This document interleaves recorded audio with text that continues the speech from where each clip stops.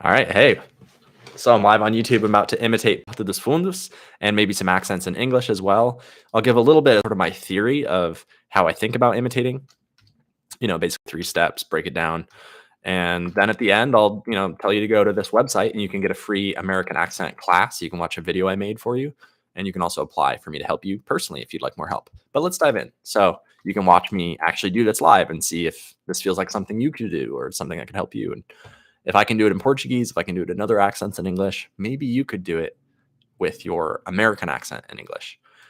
And again, I specialize in helping Brazilians get an American accent, something very specific. I'm fluent in Portuguese, eu falo português, não falo com sotaque perfeito, desculpa, mas eu tô no caminho, é minha meta de verdade, é uma meta desnecessária, mas eu tô tentando de verdade. Então vamos lá. So I'll probably go back and forth between English and Portuguese because, again, my ideal client is a Brazilian who already speaks English and they want to get an American accent. So I assume you can speak both languages. And yeah, so all right. So here's a video I picked from Porta. It just came out, I don't know, recently, the last couple of days, I think. Toda bebida tem 50% de desconto até as 20 horas, tá certo? Já conseguiram dar uma olhadinha no cardápio? So let me introduce you to the key first part of my methodology, which is you could train accent randomly for years and still not be able to say even one single phrase like a native. So I don't want you to go through that because that sucks. So if you want to actually speak like a native, what I suggest you do, even though it seems harder at first, it'll actually make things easier in the long run. And that is to try to imitate one phrase like a native for real. So this is about focus. It's not just about more time randomly doing a bunch of stuff. It's about pick a phrase, doesn't matter what phrase, and go deep, way deeper than you normally would, way deeper than most people go. So that's what we're going to do here.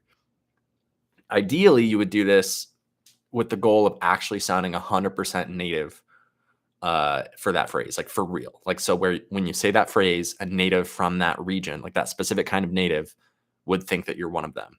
That's the goal. Whether you'll actually achieve that goal or not in your session or in any period of time, of course, there's no guarantees. It's hard to do. But my suggestion to you is actually try to do that. And when you set up this sort of game with yourself where it's like, okay, I'm going to try to really imitate this one phrase perfectly, I think you're setting yourself up for better results in terms of actually maybe being able to sound like a native. Because it is hard. It's not for everyone. But if you want to do it, this is how I suggest you focus your efforts. So let's do that with a random phrase from this video. Toda bebida tem 50% de desconto até as 20 horas, tá certo? Já conseguiram dar uma olhadinha no cardápio? Não precisa, a gente sabe o que a gente quer. So I'm going to do the one she said there. It's like, não precisa, a gente já sabe o que a gente quer. Something like that.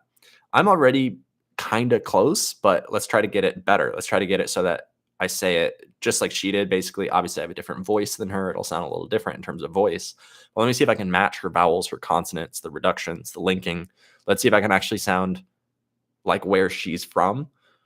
I don't know if she's Carioca. I think she is. I assume she is if she's in Porta dos Fundos, but I'm not 100% sure. But whatever her accent is, I'm just going to imitate it. So first, I'm going to use this software. It's free, called Audacity. I'm going to record what she said because that'll help me be more efficient in this process. You don't have to do this, but I personally do it because it makes everything easier. Once you learn how to use that software, it's not that hard to learn. It just makes everything way more efficient. So let me get that recording. I'm going to mute my microphone for a minute so I don't pick up my audio, and then I'm going to record her from the YouTube video in this software. E coisa desconto até as 20 horas, tá certo? Já conseguiram dar uma olhadinha no cardápio? Não precisa, a gente sabe o que a gente quer. E coisa boa. All right, now I can unmute myself, stop the recording. Now I can even make this recording, I can make this full screen. And now we can actually see the sounds. And there's music in the background, so there's some noise, but that's okay. But let me get the part where she said the thing. E coisa desconto até as 20 horas, tá certo? Já conseguiram dar uma olhadinha no cardápio? Não precisa, a gente... So she started talking a little bit, overlapping. He was finishing and she kind of interrupted him. No cardápio? Não precisa. But that's all right. I'll cut it off right there. Delete this first part. Não precisa, a gente sabe o que a gente quer. E coisa boa. A gente quer. A gente quer. A gente quer. A gente quer. I'll cut it off there right before the guy starts this. E coisa boa.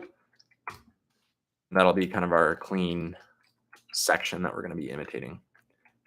That I'm going to be imitating, and you'll be here with me. And you can imitate out loud if you want. Maybe you don't have her accent. Maybe you don't speak exactly the way she does. So if you're, from a different region, Brazil, you could imitate her specific accent with me and see if you learn something about Portuguese in the process. That's very common for even Brazilians to learn more about their own accents and other Brazilian accents when they go through this kind of detailed process. So, all right, let's see. Não precisa, a gente sabe. Não precisa. Let me edit the first part to start really where she says no, exactly. Não precisa. Não precisa. Não precisa. Não precisa, a gente. Não precisa, a gente. Não precisa. I'll just do it there. It's not perfect because, like I said, they overlapped each other, but now all this work I did up till now is preparatory work, right? I've been explaining things to you, and I've been getting this audio into the software and kind of cleaning it up to make things more efficient. So it's a little bit of an upfront investment, but it makes everything else easier. And already you can see most people do not do what I'm doing right here. And it's about to get a little bit more intense. Let's see. Não precisa, a gente sabe. But again, you can do this in a simpler way. You could do it just in YouTube, repeating it, but I prefer to do it in the software when I'm serious about it because it's more efficient. And you'll see why as I do it. Não. So that's the word no, and I could imitate. It's a little weird because it's mixed in with, like there could be some factors affecting the audio a little bit or something, but she's speaking kind of quick. But let's see. I can still look at the vowels. This is where I start to, let me walk you through a little bit of what I'm actually doing as I do it. So what I'm going to do is I'm not just going to imitate the whole phrase off the cuff. I could. Não precisa, a gente sabe que a gente quer. Não precisa, a gente sabe que a gente But the quer. problem is when I try to imitate the whole phrase, like shadowing or imitation, just listen and repeat. I'll get close. It's still good. I can do that. But I want to go deeper. Because if I just do that, the risk is that I repeat my expectations, that I go into autopilot mode. And I know that my brain is going to lie to me. I know that because my brain is efficient at my own native language and what I've learned in Portuguese so far, that my brain takes shortcuts and it ignores a lot of details of sounds that are important because those details don't matter in my native language, my native accent, but they do matter in my new target language and target accent. So my brain is great in my native language and accent at filtering out unnecessary information. But as soon as I go to a new language or accent, I can't trust my brain's processes. I have to be careful because I know that my brain is going to filter out a lot of information that is actually really important. It is the important information if my goal is to sound native. So I'm not just talking about being understood, not just talking about pronunciation. I'm talking about going deeper and actually trying to sound like a native of a specific accent, region, community, whatever. Não precisa, a gente sabe. Não precisa, a gente. Não precisa. Não precisa, a gente. Não precisa, a gente. Não precisa, a gente. So I think what she's saying is she says no twice, and it's coming out slightly different each time. Não precisa, a gente. Like no precisa, but the second one I think is reduced a little more. Let's see. Não precisa, a gente.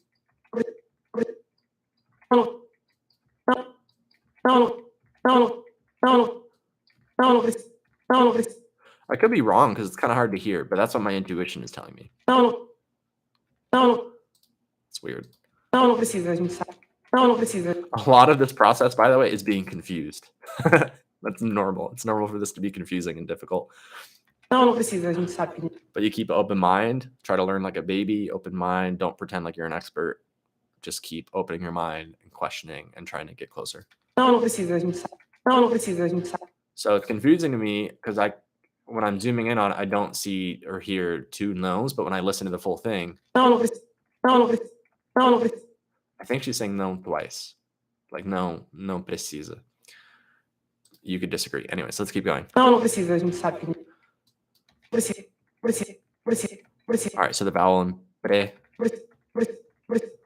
is not what I would expect, right? If I was imitating my expectations, I would do like precisa or cisa or something like that. Precisa or yeah, precisa. But what she's doing is more reduced. Let's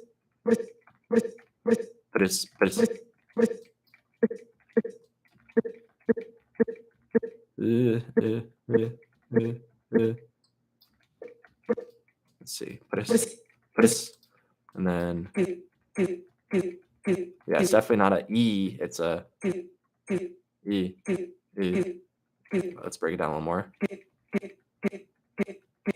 E.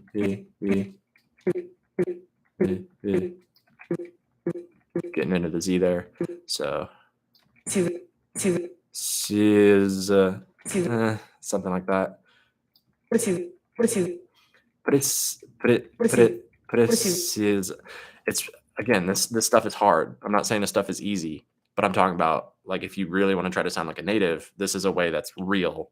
You're looking at the real sounds, not your brain's expectations. That's the game we're playing. Your brain is constantly going to lie to you. So I'm trying to see, what is she actually saying here for real? What are the real sounds? Not what I expect, but what are the real sounds? Preciso. And it's a confusing process. You really have to pay attention and you have to keep fighting your autopilot because your brain keeps wanting to be like, oh, I already know this. I know what to do. But I have to keep fighting that. All right. Put it, something like that. Precisa,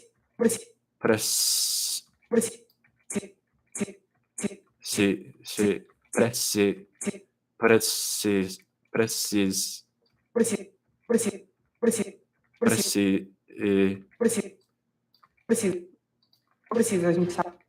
Precisa, a gente sabe. There's probably a way I could do this that would be more entertaining for people to watch me, but I'm showing you the real stuff. This is it. Precisa, a gente sabe. Precisa, a gente sabe. Precisa, a gente sabe. Precisa, a gente sabe.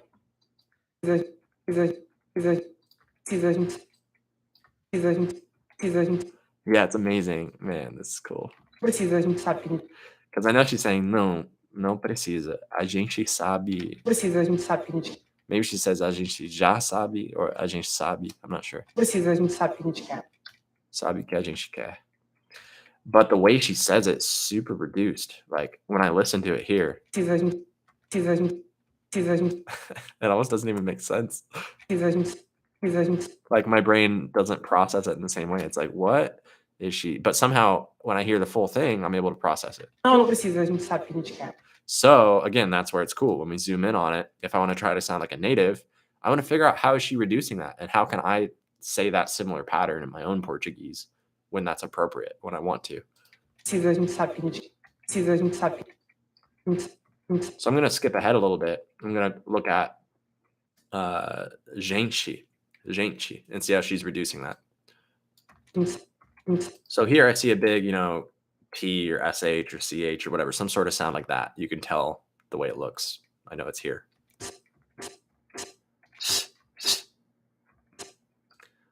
To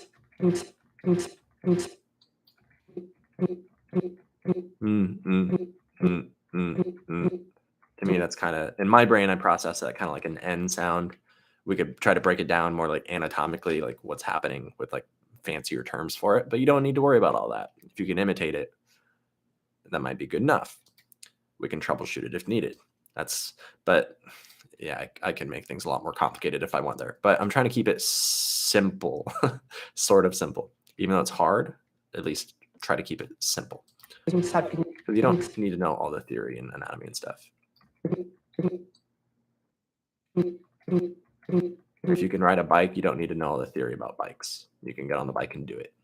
Same thing for accent. If you can imitate it, if you can produce the sound, and if you can produce the sequence of sounds, and if you can tune it and get it to sound right, you don't need to know all the theory behind it. You only need the theory if things are not quite working and you need to troubleshoot.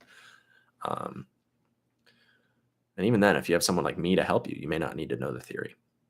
They may be able to use the theory on their own and just help guide you towards where you need to go. Yeah, that's kind of a and then there's the, or something like that sound happening.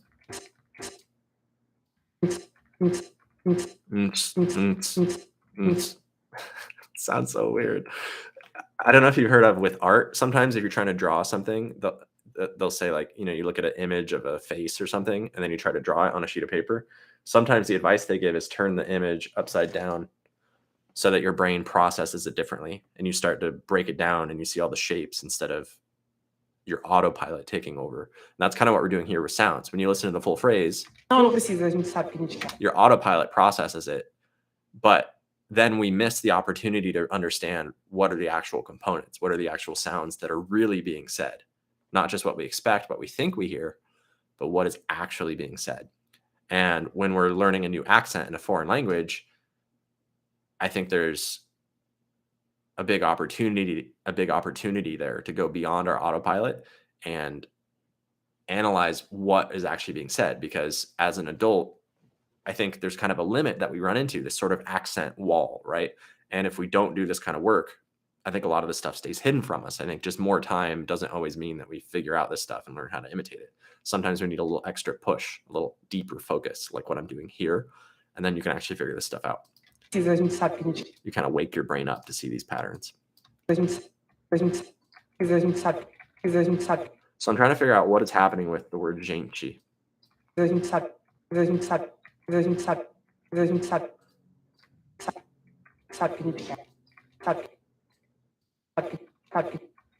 Sabe is also reduced. So the first syllable is longer or more obvious.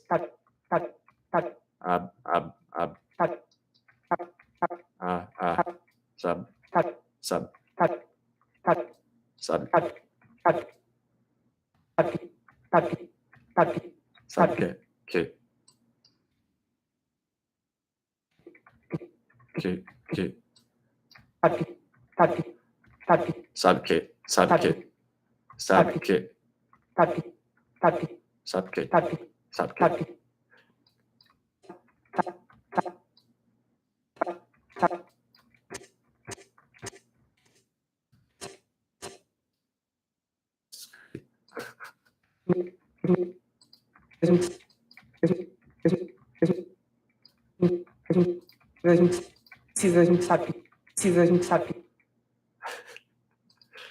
Yeah, this is crazy. This is what it is. Like, I'm always just like amazed and confused, and it's like solving a puzzle when I'm doing this stuff. I don't know if this is entertaining for you or not. It depends. Some people probably hate this. Some people think this is interesting and have never done this before. Some people know what this is like and know what I'm talking about, but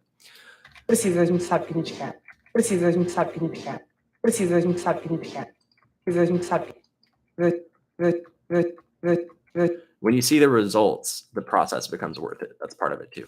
And for me, I'm getting results right now, whether you realize them or not. Like, I'm learning things that I've not noticed before. Like, I know gente gets reduced, but the way it's happening here, like this phrase is more reduced than I expected.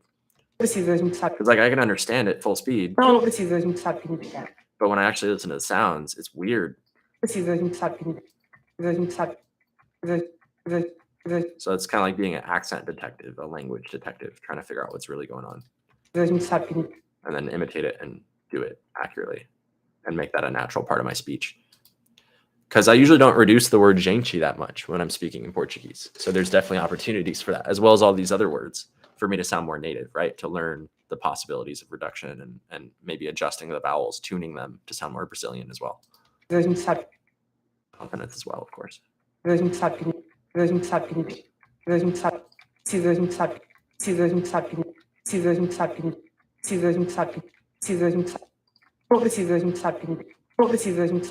I'm trying to figure out, like, what is my entrance path? How am I attacking this? How am I trying to figure this out?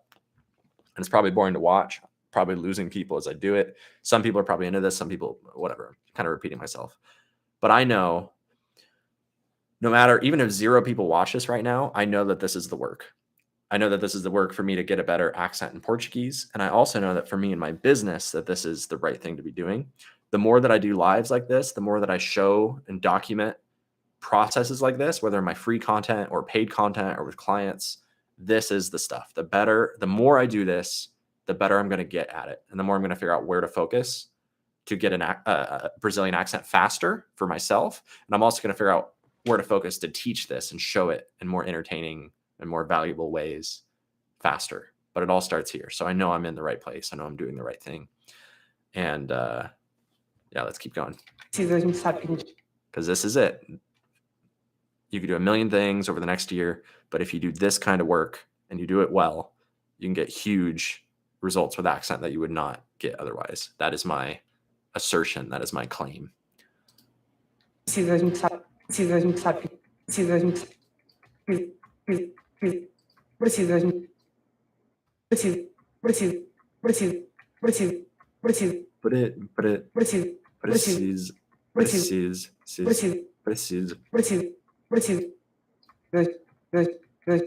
It's also hard for me to focus when I'm doing this live because I remember there's people watching.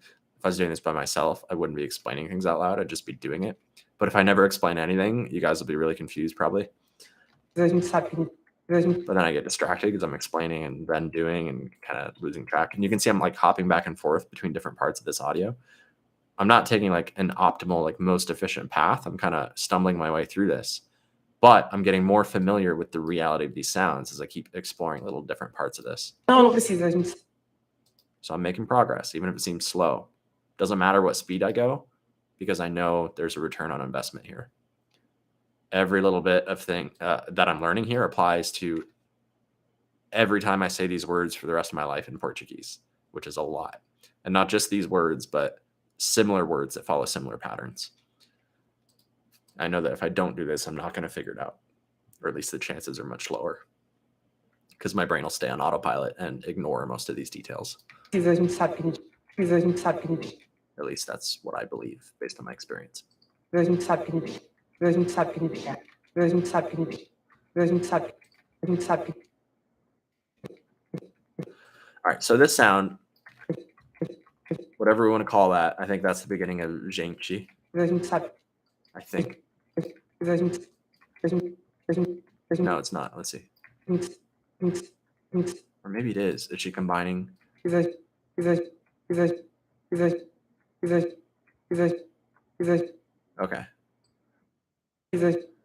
By the way, right now, I'm doing a mix of, so the steps, wherever I put that window, these steps I showed briefly at the beginning. All right, so I picked a phrase, right? Não precisa, mas a gente, não precisa, a gente já sabe o que a gente quer, or whatever the phrase is, right? But I picked the phrase. I'm in this step 2 right now, learn to say it like a native. And this is where things go crazy. It's messy. There's not always a good map. It can be confusing, and that is exactly where you need to be. It's diving deep into this crazy step 2 that most people never really go deep into. Being brave enough to sit in that confusion with an open mind and really try to figure out that phrase for real with every little detail. And then repeat that with more phrases. And then you start, figuring out patterns. There's a return on investment. You don't have to learn every phrase in the language one by one. No, you start seeing patterns. You start seeing the matrix when you go this deep. So that's what I'm in right now, is this step 2. And specifically, these kind of get mixed together. They're not always in this order, like separately, but I'm breaking the phrase down into chunks. That's when you see me doing this, selecting not just the whole phrase, but I'm zooming in on specific chunks. That's me down chunking it or zooming in or breaking it down or whatever you want to call it. I'm looking at specific segments, specific, vowels and consonants. I'm looking at transitions. I'm looking at the beginning of a vowel, beginning of a vowel, middle of a vowel, end of a vowel, all that sort of stuff. That's me doing what I think of as breaking it down. And then as I'm listening to that section, so in a way, step 1, I hadn't really thought about it this way, but basically step 1 is like this selection tool. What am I selecting? And then step 2 is when I actually hit play, what are the sounds that I actually hear within that selection window? And trying to tune my perception and production of those sounds to match them as exactly as possible. So if I hear, so I selected that first of all, that's kind of step 1. Pick a chunk, a smaller chunk than the whole phrase, zoom in, pick a tiny little chunk. And then step 2 is hit play and really try to match those sounds perfectly. And if I'm struggling, I can zoom in even more. I can make the selection window smaller. I can interrogate it from different angles. And in my brain, I'm processing, it's kind of a P without a lot of air coming out with it. There's a special kind of what I could think of as sort of an R or a flapped sound or whatever. And the vowel, we can zoom in on the vowel in a second. I'll show you that. And then there's kind of an S or Z sound at the end. So the vowel,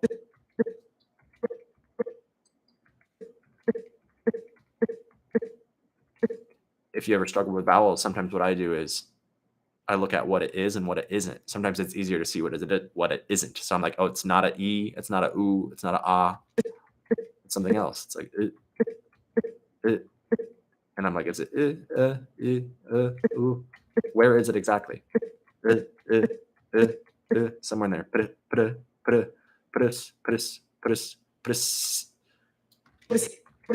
So that's me applying this methodology to a small chunk. And again, you kind of cycle through these steps in different ways. and I'm building the phrase and breaking it down, tuning it and rebuilding it. And, it gets crazy. So again, I'm not saying this is easy, but I'm saying this is the real stuff. In my brain, like if you want to do this stuff for real, this is like a superpower.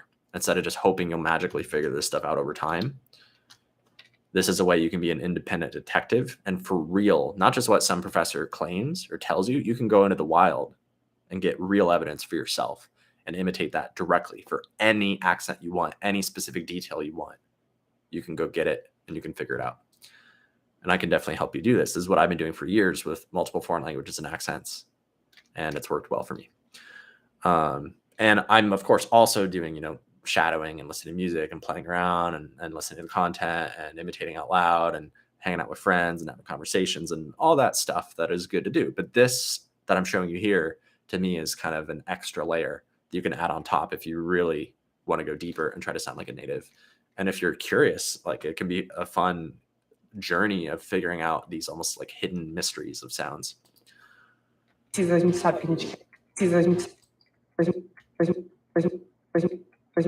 yeah, it's almost like an N or an M at the end of this.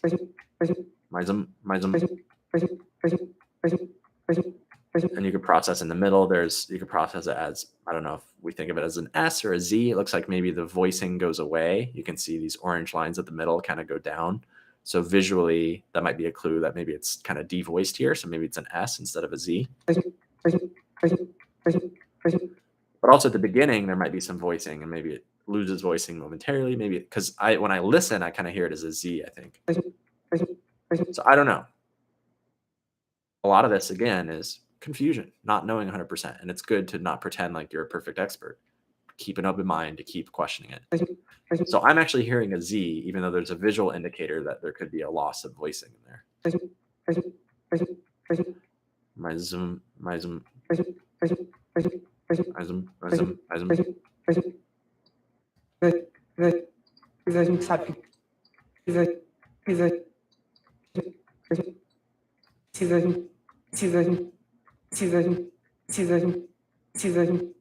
I'm saying Mism. This is an example of where my expectations, I think, were misleading me. Because in my head, I was thinking she was saying Miza, Genshi.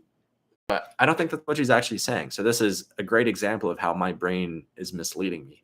Because when I check this, expanded the selection window to listen to a bigger chunk,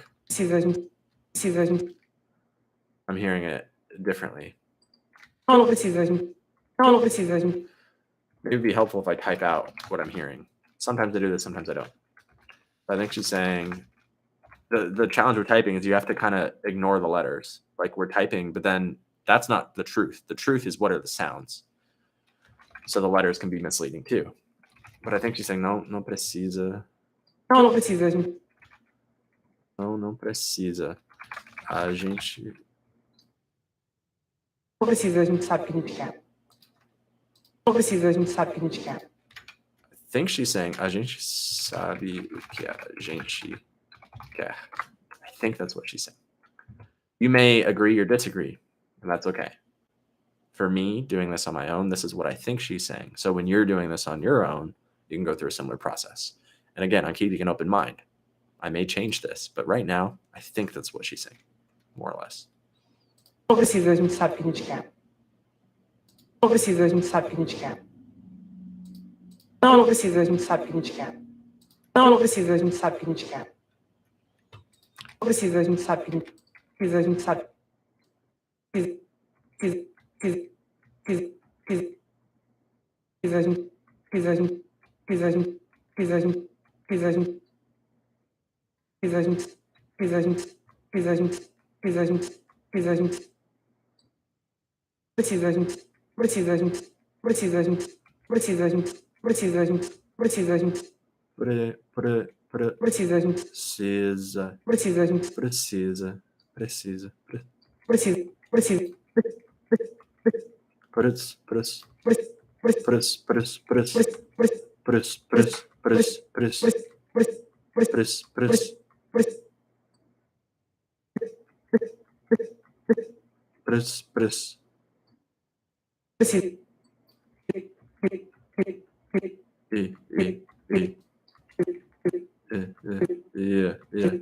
Precisa. Precisa. S- Precisa. Precisa. Precisa. Precisa. Precisa. Precisa. Precisa. Let me check the beginning of the vowel. E, e, e, e, e. E,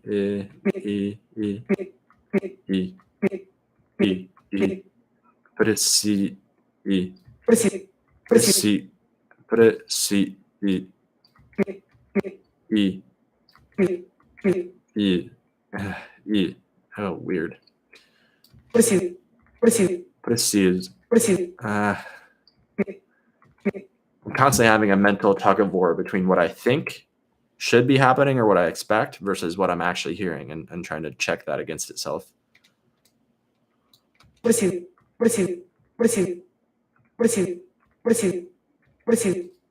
Precisa. A gente sabe que a gente precisa. A gente precisa. A gente precisa. A gente precisa. A gente precisa. A gente precisa. A gente precisa. A gente precisa. A gente precisa. A gente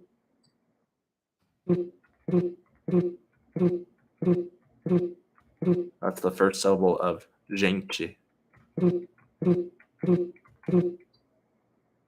Precisa. A gente precisa. A gente precisa. A gente precisa. A gente precisa. A gente precisa. A gente precisa. A gente precisa. A gente Jims. What? Precisa jims. precisa. A gente precisa. A gente We can go back and try to look at her lips too. That can be it. Sometimes the visual is helpful. We could see, like, are her lips closed for that syllable? If we can see them, or what's going on. Boa, às 20 horas, tá certo? Já conseguiram dar uma olhadinha no cardápio? não precisa. A gente Ooh, they're open. sabe. Já conseguiram dar uma olhadinha no cardápio? Não precisa. A gente sabe. Cardápio. Não precisa. A gente So it's not an M with the lips closed, but it could be like an N.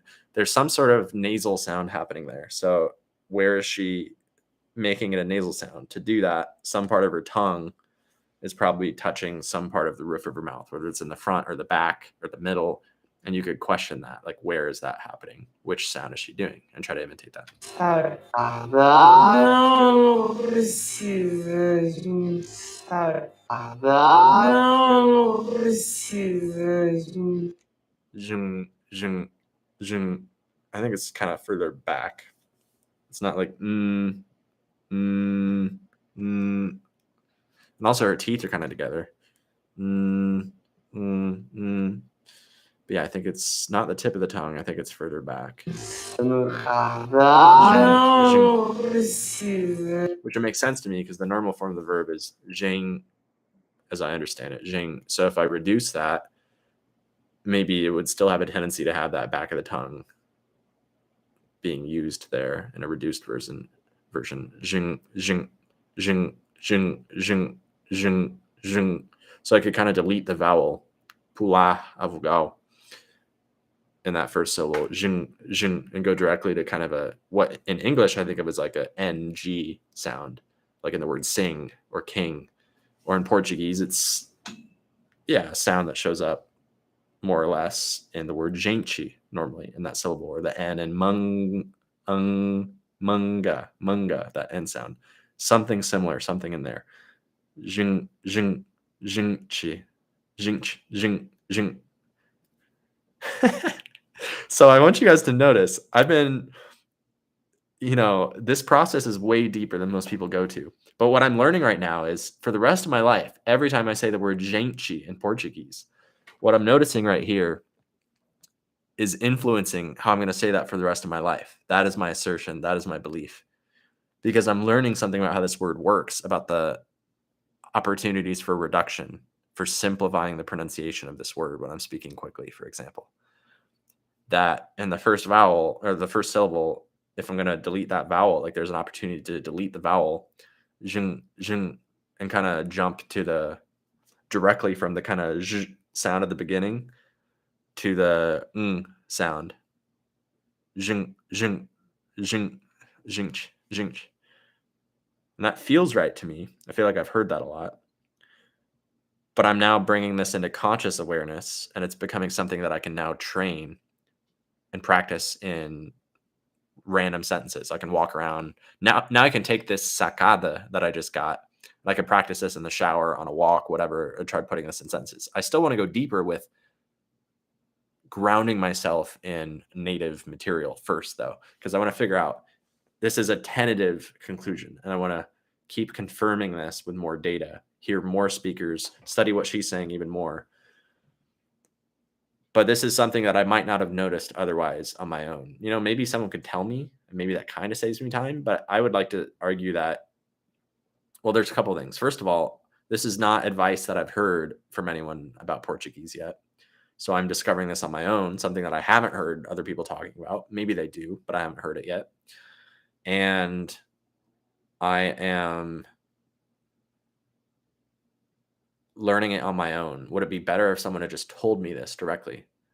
Yes and no, I think. Yes, in that it could save time, but no, in that sometimes it's different when you worked for something, when you found your own path to it, and when you have real life context, real life depth, real life examples relating to that, instead of me just memorizing consciously, like, oh, if I say the word gente, I can do this specific reduction. I'm hearing and discovering it on my own right now, live. This is not something I know that there's reductions available with this, but I'm going deeper in it right now than I ever have before. And this is going to affect me for the rest of my life in Portuguese. Não precisa, a gente sabe. Yeah, that feels good. And it's still a tentative conclusion, right? So even though I'm excited about this, still in my brain, I'm always like, but maybe you're wrong. So I keep coming back to that. I'm going to have to leave in the next 4 minutes because I have a call with a one-on-one client. Speaking of which, you can see how deep I go. If you want me to go deep with you in English and really help you get an American accent, sometimes it's slow, sometimes it's fast, but I can guarantee that it's real. It's actually trying to do it for real, not just a bunch of, parroted stuff that other people have said or telling you stuff you've already heard. But it's like, let's go deep. Let's actually figure out what are the real differences. And a lot of that stuff is stuff I've done before with other clients. So it doesn't take as long because I'd be like, oh, yeah, I recognize what you're doing. I'm pretty sure it's this. And then we can record you speaking, record me speaking, and we compare your slightly Brazilian accent with my native speaker, American accent. And then we can compare it and figure out, okay, yeah, you're doing this. Here's how you can adjust it. Here's the tips that usually work well when I tell other clients this. If you can't say a specific sound, here's a tip based on Portuguese, based on the sound you already know. Here's a anatomy-based tip that I can tell you quickly without needing to know all the anatomy and theory. And then you can do it. And then you train and you build the habit. And then we go through finding these things in common words that you say, connections of words, phrases, whatever it is. And we train so that you can say one phrase exactly like an American, another phrase exactly like an American. We go building, finding patterns. If you want me to help you with this, go to mynewaccent.com. And there you can see a free American accent class that I made that kind of explains this methodology and goes through an example.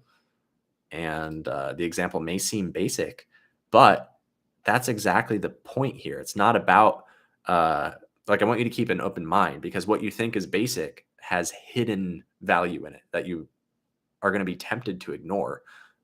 But if we're honest with each other here, you and I are mostly full of shit. I'm using a curse word, whatever, forgive me, I guess. But I think it's good to add a little bit of emotion here, because we want to think that we know what we're doing. But when it comes to accent, your brain is lying to you. So you have to keep reminding yourself, you don't know what you're talking about. I do this with myself the whole time. I'm, even though I'm an expert at accent and I have a lot of experience with this, one of the things that really means is that I've learned that I don't know what I'm talking about. And so I have to keep an open mind. And yes, there are patterns, there's things that I kind of do know what I'm talking about and I can help you, but I'm always coming back to, what if I'm wrong? What if I'm fine tuning it? I'm getting better. I'm questioning things, because it's so common to think that something is one way, but when you go and actually analyze the audio for real, you realize, oh, it's different than what I expected. There's a whole hidden world of things happening with accent that you were not aware of. And I would argue that is why you have an accent. That is one possible explanation that has a lot of explanatory power to it, is that the reason you don't sound American right now, even if you want to, is because there are all these differences that are happening that your brain is ignoring or that you're kind of aware of. You can't say it, but a lot of it is going to be stuff that you're not even aware of. You just don't even know it's happening. And your brain is lying to you. You're thinking, I already know how to say that. I know that phrase. That's easy. That's basic. I don't need to worry about that. But the reality is, if you want to sound like a native, you do need to worry about that. Because it's sometimes exactly in those little things that seem like they should be easy, and you want to skip ahead because you think, I don't need to waste time on that. But actually, that's exactly where you do need to invest time. And that's where you're going to get a return on your investment. And you're going to discover tons of things that you had no idea even existed. And I can guide you on that journey if you'd like my help with it. So go to mynewaccent.com and you can watch that video and apply for one-on-one mentorship. Even if that's not the right fit right now, still apply, because then even if you say no to the price or the format of the one-on-one mentorship, the application will automatically show you some cheaper options as well. And then you can select those. And that's a way for you to kind of digitally raise your hand and let me know that you're interested in working together in whatever format. And then I can follow up and we can figure out what might be the best way to get started together. So check that out. I got to run. I got a call with the client here, and I don't want to be late. I could be maybe up to a minute late or something, but I got to get heading out pretty quick here. I think there's something else I was going to say. Oh yeah, I wanted to acknowledge my original plan for this live was I was going to do this whole phrase if I could, right? And maybe even do some stuff in English, some other accents in English. Obviously, I did not get to that. Ran out of time. But that's okay. I'd rather go deep than try to force extra width, because that's exactly my point. That's exactly my method is when in doubt, I would prioritize depth. Instead of a million sentences, do just one. And if you're really going deep in that sentence, you're going to realize you really go deep and you can spend an hour on one word or one sound or whatever, but that's not a waste of time when you do it right. It's an investment that pays off for the rest of your life every time you see that pattern, and it's going to show up a lot. Anyways, that's the live for today. Let me know if this helped. Feel free to send me a comment or a message. And again, go to mynewaccent.com and you can dive deeper. And I look forward to seeing you on the other side. All right. Talk to you later. I got to run.